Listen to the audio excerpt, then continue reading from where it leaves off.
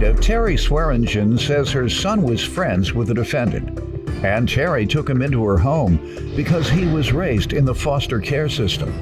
However, Terry's suing because she bought a car for the defendant and he failed to pay for it. Defendant Zachary Hall says immediately after he got out of the foster care system, he was arrested and thrown in jail. And since then, he's been trying to get his life together. He's countersuing for emotional distress. Start with you, ma'am. I met Zach back in August of 2020 when my youngest son brought him on a annual family float trip. Prior to, I did not know Zach, but we soon got to know Zach. While we were on the float trip, I asked Zach, I says, how many float trips have you gone on? And he said, unfortunately, I grew up in the foster system. We don't do anything fun, which made me kind of sad for him. Had a great time. He was a good kid, well-mannered. When we got back home, my son came back to me and he says, Zach found out that he lost his job and he's being kicked out of where he's living, which he was living on another friend's couch at the time. I went to my husband and we talked about it, and we went back to my son.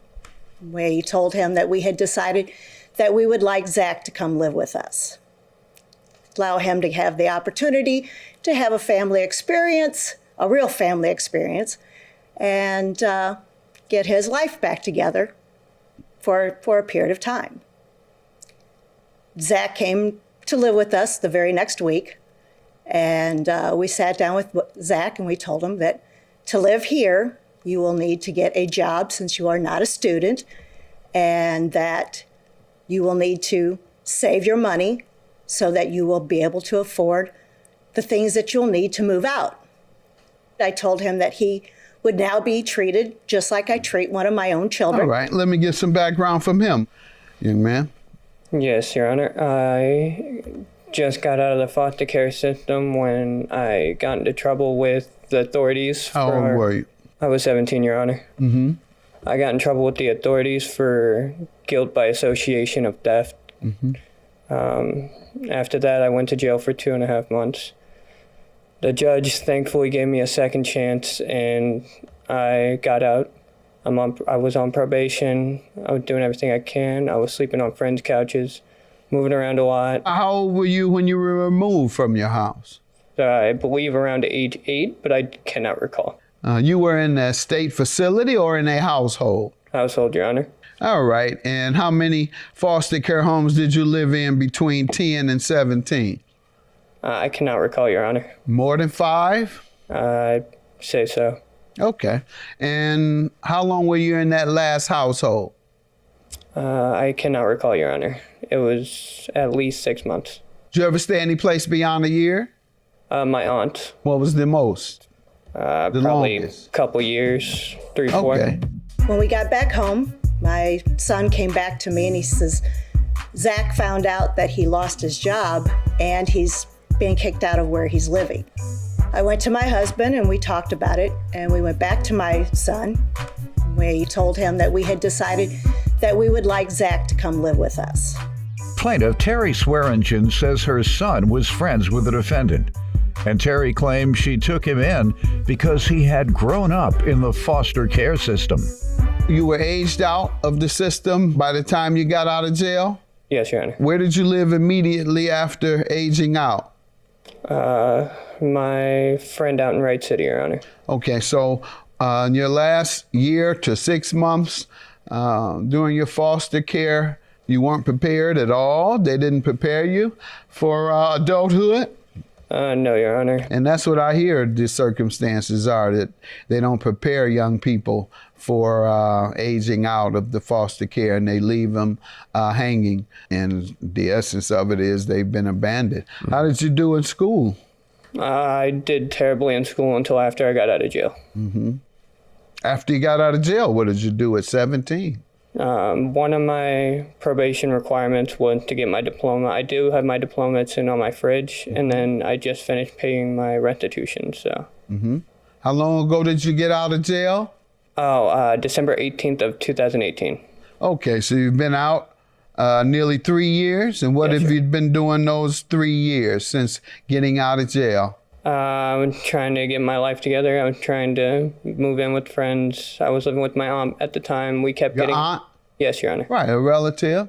Yes, Did Your Honor. you start school while living with her? We did start school, but then it became online school since it was really hard to get up in the morning. I was very bad at Okay. waking up. So it was hard to get up in the morning. Yes, That's sir. what happened. Yes, Your Honor. Okay, all right. So I'm not a bleeding heart type. I am a government policy type. So we're not blaming that on the foster care system. I was an orphan at age 17, Yes, Your by Honor. the way, and I had no way to survive at all. But I doubled down. I got my GED. I spent more time in jail than you at 17. And then when I came out, I got my GED too. And then I went to college, all on loans and grants. No parents, no one. What do you want to tell me about your money, ma'am? Let's get to that. In November, my husband went to him and told him we may have a bead on a vehicle. Zach did not have a vehicle at the time. He had obtained a job with a major shipping company, working third shift from like 10 o'clock at night to like 3 or 4 o'clock in the morning. And I was taking him back and forth Monday through Friday, every night and every morning. But we had a bead on a car. He was working full time. Yep. And What about paying something on the household bills? Did When you he- require him to do any of that? no, when he moved in, the only thing we asked was No, that when he got a job, well, when he started working full time. when he started working, what we requested was that he saved his money to be able to afford the things that he was going to need, which deposits for a place to live, be able to put the deposits down on your electric, your gas, water, whatever that they And he need. never did any of that? No, he didn't. Okay. Because Did you ever inquire or find out why? I did go to him and I go, I have no idea what you're doing with your money. It's none of my business, but you need money and you need to have some resources to be able to come in and go, I have money to do this. And Okay, you have so you let him nothing. live free and you never even asked him for anything to help out with the bills. You know he had a sucker. All right, so Yeah. yeah, you have to get people to take care of themselves. You have to give them an ultimatum or put them out. And we were getting to that point. All right, so that's all I'm saying is your first mistake is when he got a full-time job, you give him no accountability for his living. You could have paid the cable bill, paid a light bill, pay something to show that you are a responsible person. If you're not, that'll help teach you responsibility, even if it was little by little. Start with the light bill so I can see you believe in paying. Next, the cable bill. You watching cable all the time. That's yours. Next, okay, we need $350 a month rent. Working full time. By that time, if he hadn't said, okay, we've been as patient as we can with you, you've been working full time for a year and you haven't paid anything, it's time to go. Seems like you want us to take care of you even as you work full time, and we're not going to do that. Right. But instead, you let him stay free and then you topped it off with a ride. So that's young people, and those who house young people need to look at things, some form of responsibility. Otherwise, hey, if I can live free, I got mad at somebody real bad, a relative of mine who lived with me off and on for years and wouldn't go to work. So I'm venting one time, and then I finally said, hey, what am I talking about?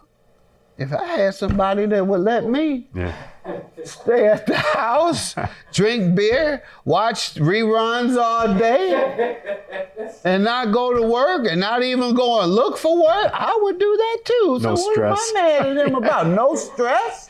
What am I mad at him about? I said, yeah, I can't help it because I'm the sucker. So $1,100 for the car was made in November, you say? The agreement was made in January. Okay. We purchased the car at the end of November. And it needed quite a bit of work. Was not a new vehicle. It was a 91 Toyota Camry. and it needed a lot of work. My husband, who happens to be able to work on vehicles, and my sons chipped in and started working on the vehicle. Plaintiff Terry Swearingen says her son was friends with the defendant, and Terry claims she took him in because he had grown up in the foster care system. What do you say to the $1,100 she said you failed to repay? I paid $200 of what they said I owe, and then the car broke down on me, and I was told by a friend that they have it in their custody, so... Okay, and didn't you call them and say, hey, I like the car? I did not, no. Why not? Because I was going to tow it, but I didn't have the money for it. All right, but when you were told by the friend that they had it, why didn't you call and ask them about it? Because I couldn't get a hold of them. I did have their number, but I tried texting and nobody replied. Why did you give them the money before when you were paying? Because I gave it to their son. So why couldn't you get back in touch with this same son? Hey, do you have my car? Instead, you said, I'm going to act like I don't know where they live. I'm going to act like I don't know how to get in touch with them. I'm going to act like. Your counterclaim for $1,000 emotional distress is for what? Losing hours at work, just trying to pay the bills at my apartment. Why do you want $1,000 from them from losing hours at work? It was just sure to pay bills at home. You couldn't get up? I'm sorry, Your Honor? You sure you didn't lose hours because you couldn't get up? No, Your Honor. I've learned a lot more responsibility since then. So why do you think you lost hours? What did they do to you to cause you to lose hours? The last time I was going to come here, I got interrupted and I couldn't come. I know that's not anybody's fault. Oh, no, you didn't have to come. You came voluntarily because you knew you owed. I do owe, and I was still going to pay them. And that's why you're not getting a dime, because you didn't go to work to come and face a lawsuit that by your own admission you're liable of. All right, your claim is dismissed and yours is granted for the $1,100. His only defense is that he didn't suddenly know how to find anybody. All right, so hope you don't keep going for the game, because he got plenty of it. It's kind of lightweight game, because you see how I cut right through it. Especially for the plaintiff. I just want to say thank you for the time I did spend at your house. But other than that, thank you. I have always wished you the best. I did in the past. I do now. I am sorry that we had to come to this. But you left me no choice.